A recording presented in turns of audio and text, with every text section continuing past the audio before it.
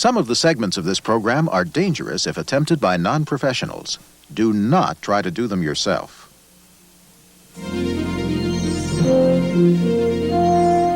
Yeah, sure. Public television, real artistic, real artsy, craftsy stuff, edifying the public, right? Yeah, that's what we thought. I don't think so. See, Teller and I are a couple of sensationalist circus schlock hacks. We were asked to do a special for public television. We were real excited. We said we're going to rise to the occasion. We're going to do some real art stuff, right? So it was great. I was going to open with a poetry reading, and Teller, who doesn't speak in the show, was going to do a mime piece called The Birth of a Baby Dove in the Ghetto. It's beautiful stuff, really nice, pretty, very carefully done stuff. And they said, no, these are the people at public TV, right? They say, no, that stuff's too boring. And if we want to do a show, we have to open with something more exciting. More exciting. The people that do masterpiece theater in the evening of the symphony want us to be more exciting. So we've compromised. We have here a straitjacket. I'd like you to stand up, please, in time in this straitjacket.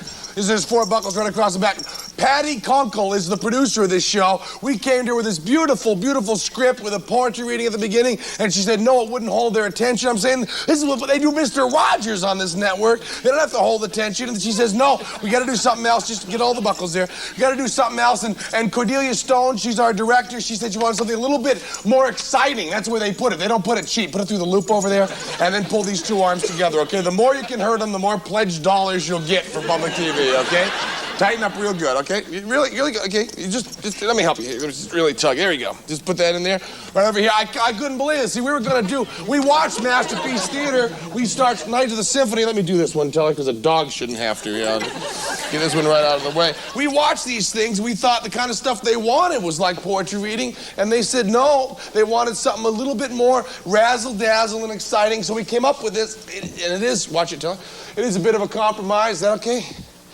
And I just want you to know that all this stuff, the gravity boots, the whole rigging, the pulleys, the thing coming across to my chair, that's public TV's idea. That's not mine. I am going to open with a poetry reading, but see, public TV, when they think of magic, they think of some greasy guy in a tux with a lot of birds or some aging hippie shoving women into boxes, and they don't seem to understand that there are other kinds of magic. I'm referring, of course, to the magic of poetry, and indeed all the fine arts. And we are going to open our show with a poetry reading, and I think that even though you might have been expecting something a bit more sensational, that I read this poem well enough that you will hang on my every word, and when I jump from the seat I'm seated in to take my final bow, I am sure you'll be suitably impressed.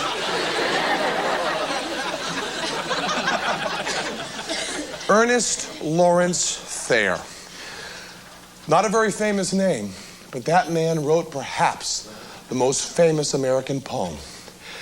He was a journalist in San Francisco, and this poem first appeared in the San Francisco Examiner Sunday morning, June 3rd, 1888.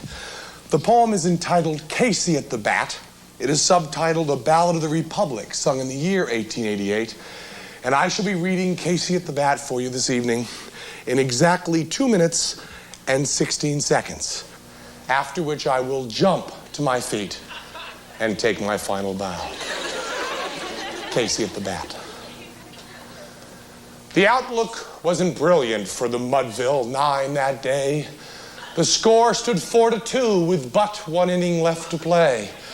So when Cooney died at first and Burroughs did the same, a sickly silence fell upon the patrons of the game. A straggling few got up to go in deep despair. The rest clung to that hope which springs eternal in the human breast. For they thought if only Casey could get a whack at that, they'd put even money now with Casey at the bat. But Flynn preceded Casey, as did also Jimmy Blake.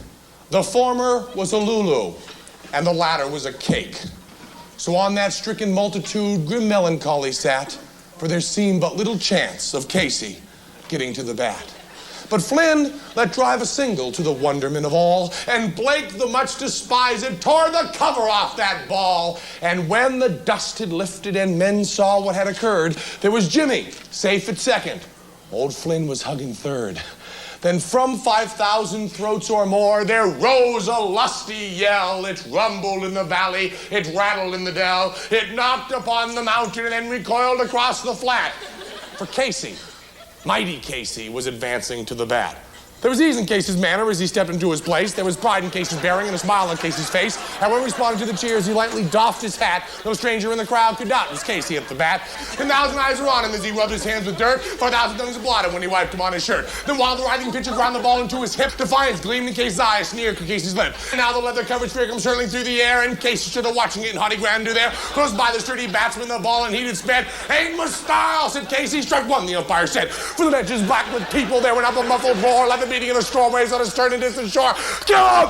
Kill the umpire! Shouted someone in the stand, and it's likely they'd have killed him. And not Casey raised his hand. With a smile of Christian charity, great Casey's vision shone. He stilled the rising tumult. He made the game go on. He signaled to the pitcher, and once more the spheroid flow. But Casey still ignored it, and the umpire said, strike two. Frog around the 1,000, the eagle has gone. Still looked Casey, the audience was off. So they should have gone almost straight. Knew the Casey wouldn't let the ball fly again. Cheers like a little between 8 pounds. This girl by the battle of play. Now patrol's ball, let us go. Now the air shadow my first game blow. So the zero last 135 minutes, somewhere, some hearts alive. Some middle alley, some little shout. The drive by the mighty Casey has struck out. Live from the heart of Hollywood, the show business capital of the world, it's Penn and Teller. Go Public? Thank you. I'm so glad. Hey, I'm so glad we got some poetry lovers here. We are Penn and Teller. We are a couple of very eccentric guys who have learned how to do a few cool things. Now, the first thing we like to do for you is a card trick. And card tricks, as far as I can see, do have a problem because card tricks are, it seems to me, intrinsically very wimpy. Now, Teller's come up with a card trick that he claims is not wimpy, and he's going to do that for you now. Now, please keep in mind that he does stay silent in the show, so as he goes in, just kind of take his directions in kind of a meme way. Sorry.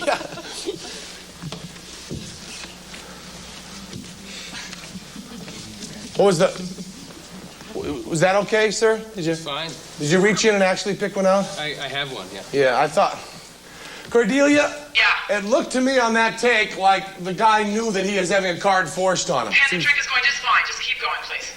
Okay, I just, you were actually forced a card. Did that look fishy to you at all? No. Did it look like, see, because it looked to me, I don't know what camera got. It was forced, yeah. It was forced on you? Well, yeah, I wasn't. Yeah, it wasn't a free selection. See, let's just take, we'll just match, what's it, an ace? What are you forcing an ace for? We'll just match this later and cut this out. Actually, I want to point something out. Now, you weren't going to say anything about the force, were you? No, see, that's not because this guy is stupid. It's because you're saying, these poor guys is their first special. Why should I spill the beans on the force, You're saying this is really not a time for morality. I mean, they're not killing children after all, right? So actually do be more of a jerk and just really pick one out that I don't want you to take. Okay. That's good. Much more of a jerk. Great. Now, we're going to turn your back, and we don't look at the monitor or anything. Would you show that card to the camera and to the people, please? And when you're all done showing, you just cover it up, and keep in mind that on television, time expands, so snap it up. Okay? You all set? Okay. Okay, now go right back here, and we'll just go on with that. I'm sorry about that, Teller and Cordelia, but no, see this camera, the red light, Teller? That camera is on, and they just saw your pass. I don't know if you people here saw it. Did you see it? Yeah, you saw it. It was right into this camera. He actually already put the card back on top. And the way he did that, excuse me, Teller, take that card back. That is your card, isn't it, right on top? See, what he did was he cut the deck like that. You put the card back in, put it back in, and he put the card back like that. Now, that looks okay, but if you were looking, excuse me here, if you were looking, can I just see that? He's got his little finger right in there, and it still looks normal from that angle. Little fingers right in there, it's called the break. And then when he turned toward the camera, and you saw it, right, my man, you were watching, he did this right here, and he brought the card right to the top. See, Teller, and they saw that right in the camera. What you want to do is you want to cut the card into the deck and then give him a little shuffle, okay? Does that look about right to you? Now, you got to use your head, man. You know that no matter how nice I am to you, this here's my partner, and if he wants that card on top, we're going to put that card on top, okay? So I'd like you to actually take the deck yourself. Would you do that? Yeah. And actually maybe look at him face up, anything you want, and actually lose the card in the deck, okay? Just whatever you need to do. I pawned the card out of the deck. I'm showing off. There's cameras on. We haven't done television much. Actually, take the card back, lose in the deck. I'm clean. Just don't hurt the crimp. It's okay, Teller. Without a force, man, we're covered. Look at this. Put it right in the middle. This is going to blow them away at home. It's going to be great, okay? Then just give it back to me. You want to shuffle them first? Or? Okay. That's fine. That's fine. Now, we're not going to have any cuts or any edits. We're just going to go cool right from here. Okay, so I'm just going to go right up there. You with me, camera? Good. Cameraman's right with me here. There's no edits or nothing here. This is the same deck you handled, right? We didn't mess with it at all. Okay, Teller, go ahead. A little directorial note here, Teller. If you're trying to look real butch with a buck knife, you shouldn't be so prissy when you lay them out there. Good. Yeah, that's well done. Good. Why don't you pick those up and we'll go. Now, what is the hook on this, Teller? You just look down at the cards and you see the one you want and slam it. It seems like that's awfully easy to... Good. Teller's putting a blindfold on, I would bet. Now, the thing about magicians in blindfolds, those blindfolds hang right off their nose like that, and they can see 2 or 3 feet in front of them with it. Good. Takes a hand. Let me just move these out of the way so you don't know where to... There we go. Just mess them around nicely. Go ahead. Knock them dead. Pick it up. Boom. You got it. Pick it up. Is that your card? Yeah. That's fine. We'll just do an edit. Just keep going. We'll just match up and do an edit. Let me chuck this in for you so it matches the last shot. Good. And let me just move this around a little bit. And then we'll take it from me, just moving the cards around. Okay, go ahead. And pick it up. Is that your card? The 7 of clubs, sir? No. Oh, that's fine. We can just keep going. We'll match it from right here, okay? Is that your card, sir? The 8 of diamonds. Is that your card?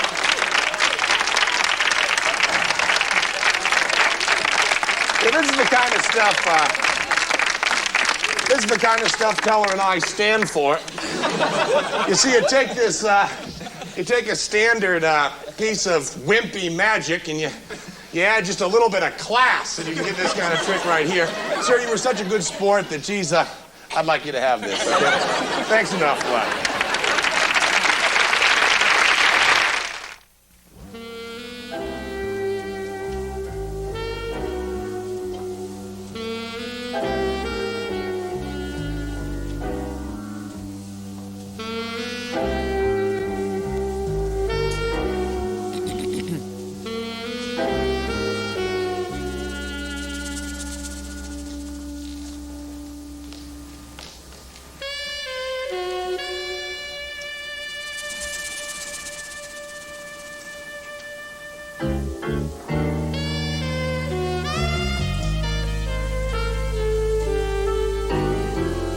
Looks simple, doesn't it? A man lighting a cigarette.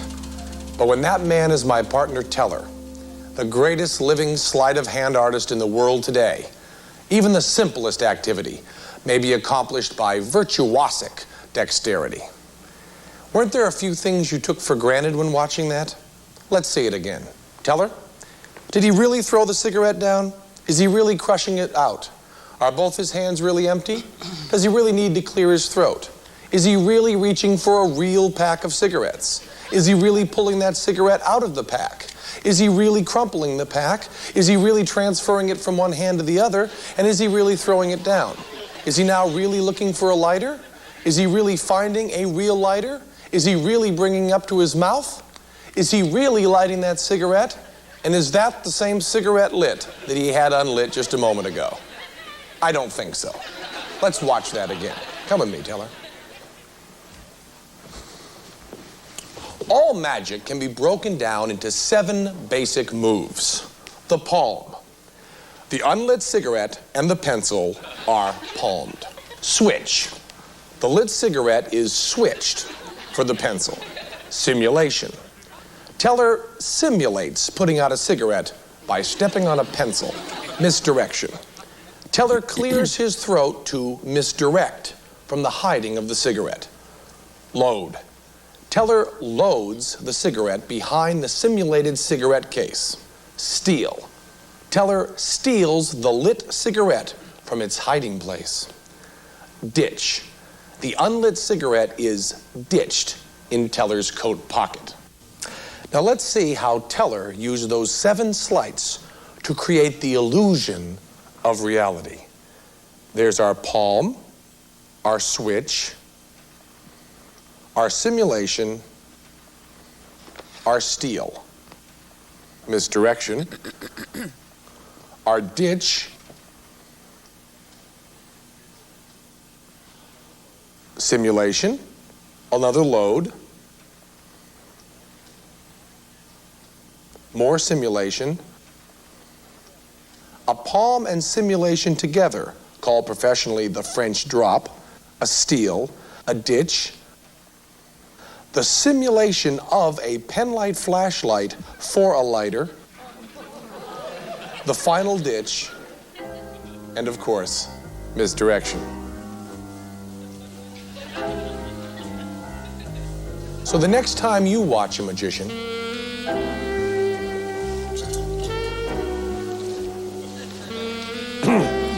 don't take anything for granted.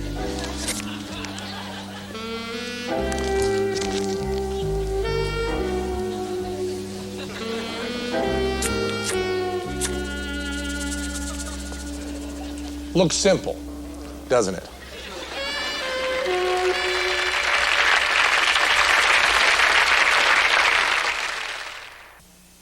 Want to learn to do a real magic trick in your home?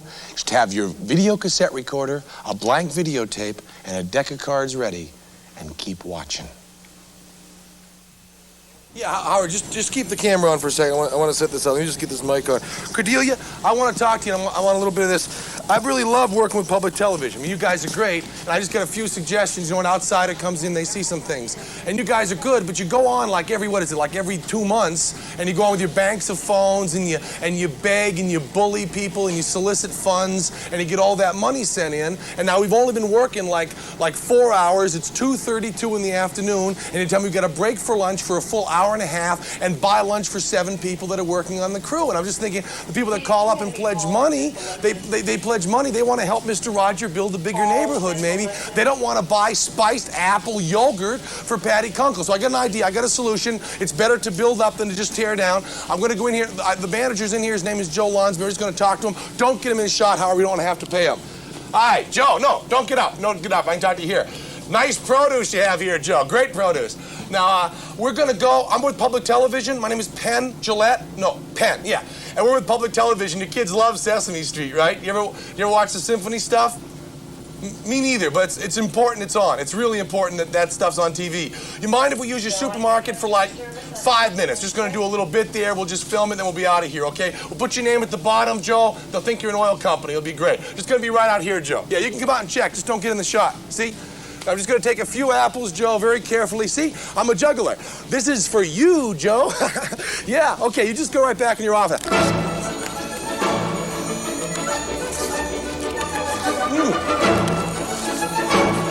Please look on the line. Come on. And prepare, huh? Look at it. Prepare.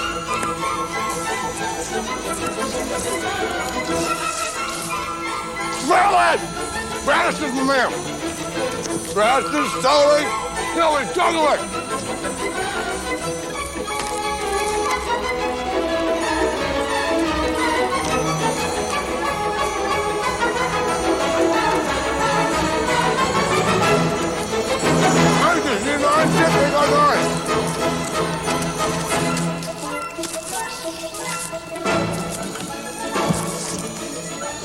Hey, Joe, I can do 4. Huh? Balance, everything's great. These fruit rolls will keep. Let's go. Hey, Joe, these keep pretty well? Yeah, put it in my boot. This will be great. Howard, I'll give you a few of these. Have a few right now. There you go, Cal. Have some. Let's go for you, too. Have you eat something here. Want tomato here? There you go. Try that again. Good. One more time, Kelly. Take it nice steak here. Good. One more time. Have some parsley, too. Want some parsley? Good. Have an avocado. These are expensive. Keep one of those. Have another couple one of these. Pinto beans, Howard. Have some. Hey, we're not animals. We got forks. We got spoons. We got plates. Cordelia, have some plates. Hey, these are pricey. Take some of these. Dessert time. Both plain and peanut.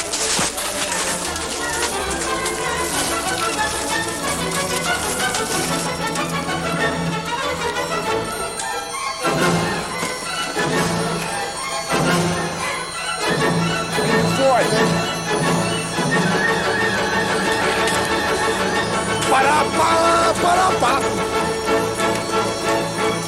Hey, Teller, have an egg. Okay. Okay, come on, guys, let's get out of here. Let me thank Joe. Hey, Joe, thanks a lot, my man.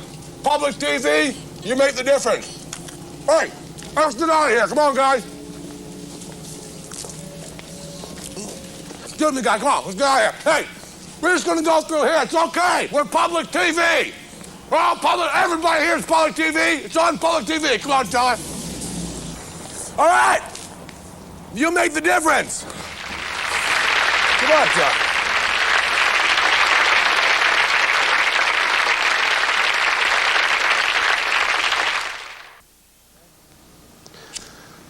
Magic is fake. Sideshow skills are real. When you have a fire eater or a sword swallower, what it looks like they're doing, they're really doing. When you eat fire, you really do get burned. And more important than that, you really do swallow the fuel and it makes you a little sick.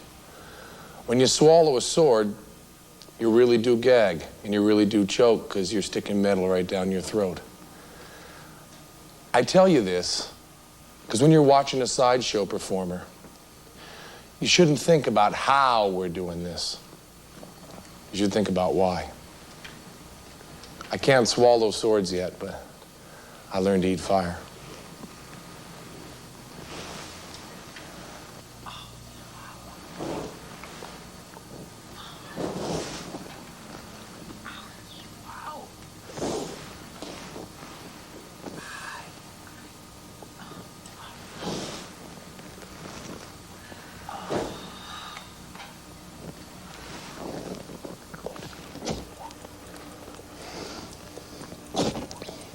He's very good, yeah. So you're gonna put a... I'll even applaud you, by golly. You gonna put a sword down for us? Well, let's see you do it first. I would like it to be a little warmer. I wonder why you did that. I know, you like them cold. Really? So, yeah. I like them a That little is warm. not sword swallowing, wiping your blade off. That's just habit. I used to use Listerine. Yeah. What's the use? Your dirtiest part of your body is from your mouth to your stomach, so... Public TV proudly presents Entering the Dirtiest Part of the Body. Right. Watch that. He just jabbed himself. I was gonna be cool, man. Just go boom, right down. Yeah, the right on down. Don't stop halfway down where you usually do.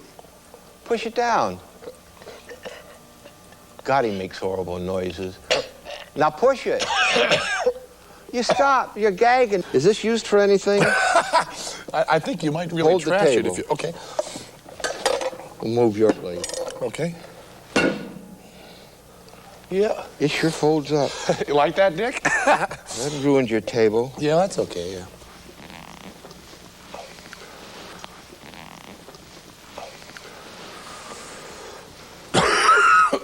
Nothing to it. Now, why don't you do that? Nothing to it at all. You're still gagging. I'm still Good gagging. God. Yeah. You started when you were 18, sword swallowing? About 18, yeah. Well, I learned fire first. Seems Fire like first? whenever you get a job, if you don't know nothing and they need one, they'll teach you how to eat fire. Which I was real scared. Like it was in Oakland. I went into a show wanting a job. I said, well, what can you do? I don't know. What do you want me to do? Oh, want to be a fire eater? And I said, what? You're crazy, you know? Did they teach you the whole What to do? routine and what to say and stuff, too? Was that all? Oh, no, you just... You made it up? Yeah, like sword swallowing. It's repetitious. I mean, you just... How many shows you do a day when you're at Carney? 12 to 12 shows. No, 24 shows, putting 5 blades down every show. So you can imagine up and down every show. And you do the fire eating and the sword swallowing on the same show? Yeah.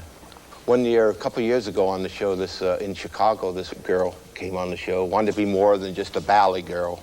Mm-hmm. And she said, well, teach me how to swallow swords. I just like I tell you what to do, how to stand, and in a week.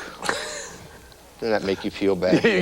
You're all out to humiliate me. I am. In a week. In a week. With no coughing or nothing disgusting. Oh, well, she practiced day and night, but she got them down. In a week, she was good. Every one of them. And knew what I said. She said the same thing, did the same blades. Very good. See, she's very good, and she's just like me. I'm very good. No, I've been told. I'm not bragging. I think I've never seen anybody do sword swallowing smoother. Everybody else does a lot of hoo-ha Yeah. before that and a lot of... You know, the hippie sword swallowers who learned it holistically, you know, who did through the whole, got to wear earth shoes to do it. And you can sit down and swallow the blade. I know. I mean, if I could swallow one standing up, I bet I could swallow one. I bet you could swallow one sitting down. Easier? Oh, I don't know. You're sitting straighter anyway. You don't stand too straight. You're bending your back way back there. I mean, talking to us. What do you do? Chiropractic? No, but you want to know how to swallow swords? Yes, I do. Well, I'm telling you how to swallow Straighten swords. up the back. I'm gonna try one more. All right, all the way down. One more. Okay, now do what I do. Are we doing sitting down or standing up? Stand up. Oh, stand up, yeah. Okay. Follow your tongue right on around and down. Just push it. When you start oh God, you bend all over the place. You're supposed to be standing straight. Doesn't he do great things? Bet the audio guy loves this, huh? I bet, right into the mic. Oh, let's talk about it. What do you want to talk about? Want to put one down while I'm recovering? Huh? Want to put one down while I'm recovering? Recover? What'd you do?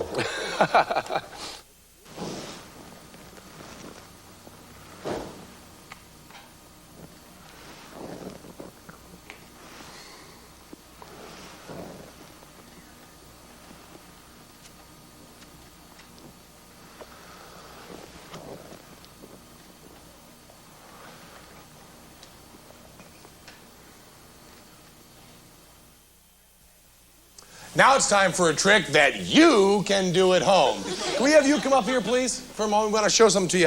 This is the trick that you should have your video cassette recorders and a blank video cassette ready for. You don't have to really have a blank video cassette. You can use Masterpiece Theater. You're never going to watch that again anyways. Hello, I'm going to show you a trick, and I'm going to actually do it for you, and then I'm going to show you how it's done and kind of teach it to you to teach the people at home that, okay? Would you name a number between 5 and 10, please? 7. 7, okay? I want you to count off 7 cards like this. 1, 2, 3, 4, 5, 6, 7. Look at the 7th card and remember that. Would you wait till my back is turned and then do that, please? Just count them off. 1, 2, 3, 4, 5, 6, 7. Look at the 7th card. Just turn it over right where it is so they can see it. Good. And now memorize that. Make sure you don't forget it. And then just stick it back into the middle of the deck so it's completely lost there. Okay, you're going to remember your card now, aren't you? Okay, put the other card back on top and get it all set. Good. Now, wouldn't you be impressed if that card bounced miraculously right to the top of the deck? Yes. Watch this. And there's your card right there, the 4 of diamonds. Is that your card? No. It wasn't the 4 of diamonds? No. Well, I guess before we teach it to people at home, we should learn it ourselves. Let me just talk to Teller for a moment. Now, the 3 of clubs is on his back.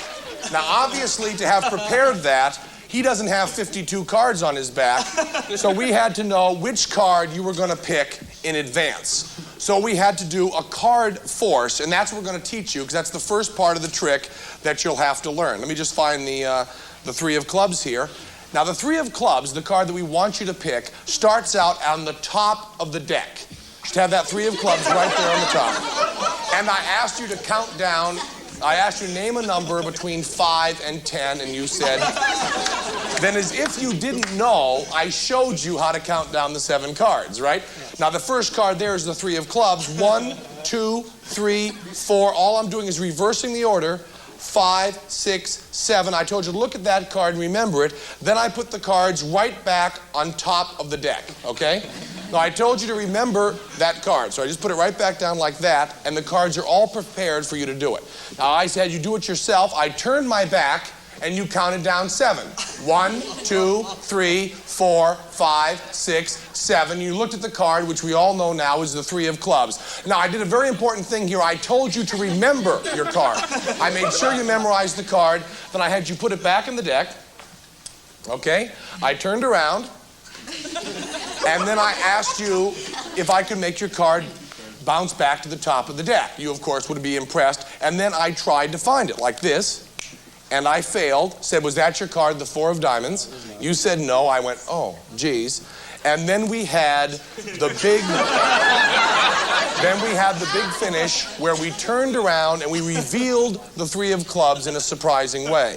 Now that is called a card force, and now that you know how to do that, we're going to teach you how to do the same force to force someone to pick the three of clubs, but to use a different, more exciting ending using a videotape recorder. You can sit down now. Thanks an awful lot. And we will show you.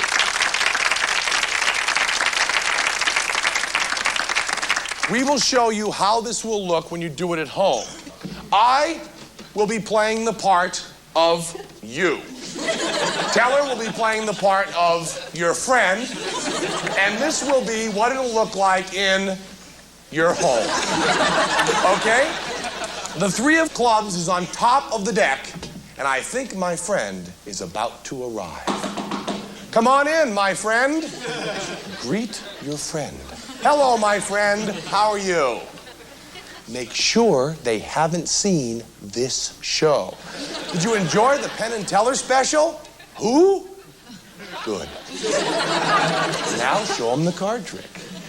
You want to see a card trick? Good. Name a number between 5 and 10. 6. Now what I'd like you to do, the three of clubs is on top.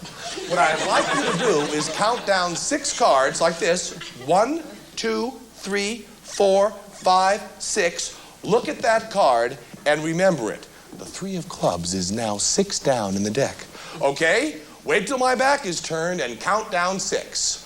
1, 2, 3, 4, 5, 6. Look at that card and remember it. You make sure they remember the card. If they forget it, you're sunk. Okay, now lose the card in the deck. Would you please do that for me, my friend? Okay, all set? Now we set up the phony trick. Would you be amazed if that card popped right to the top of the deck? I guess so. Watch.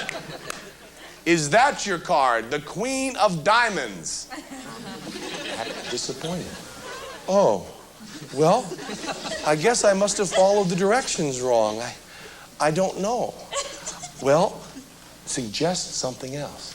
I've got an idea, my friend. Let's do something else fun. Let's watch public television. I actually pick up the remote control to my video cassette recorder and get ready to turn on the cassette, pretending to just be watching TV. He thinks I'm turning on the TV, but I'm really playing this tape. You all set, my friend? 6 city fire units and 2 ambulances responded to the blast and reported that the internal sprinkler system had extinguished the blaze. The fire chief and 2 of his men... This just handed to me. Is that your card? There'll be a meeting held in the city to discuss the...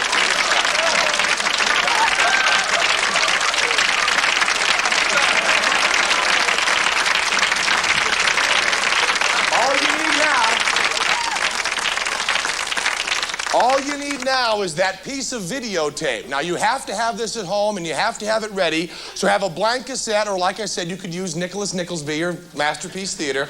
Get it all set, put it in your machine, hit the pause control. We're going to broadcast me as the newscaster showing the three of clubs in about 5 seconds. All set? Finger on the pause control. Here we go. 5, 4, 3, 2, 1...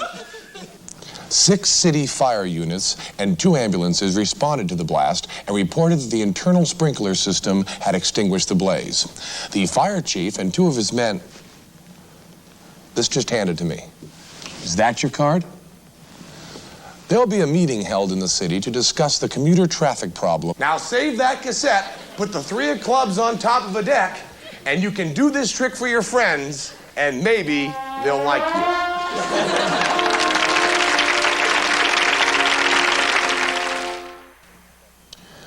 This is the first special that we've done for television, and there's a question that needs to be addressed. That is the question of camera tricks. Our more famous colleagues, Doug Henning, David Copperfield, and Harry Blackstone Jr., to name but a few, have built a reputation, and you know and trust that their shows are accomplished by their craft. Magic, sleight of hand, knowledge of visual perceptions and illusions. We, however, have not built up that credibility. We are relatively unknown. So I'd like to give you my word that everything you are seeing in this special is accomplished by organic skill, with no camera tricks, chroma key, edits, or special camera angles. We are members of the magic fraternity. We are not special effects men. Teller, the Bibles.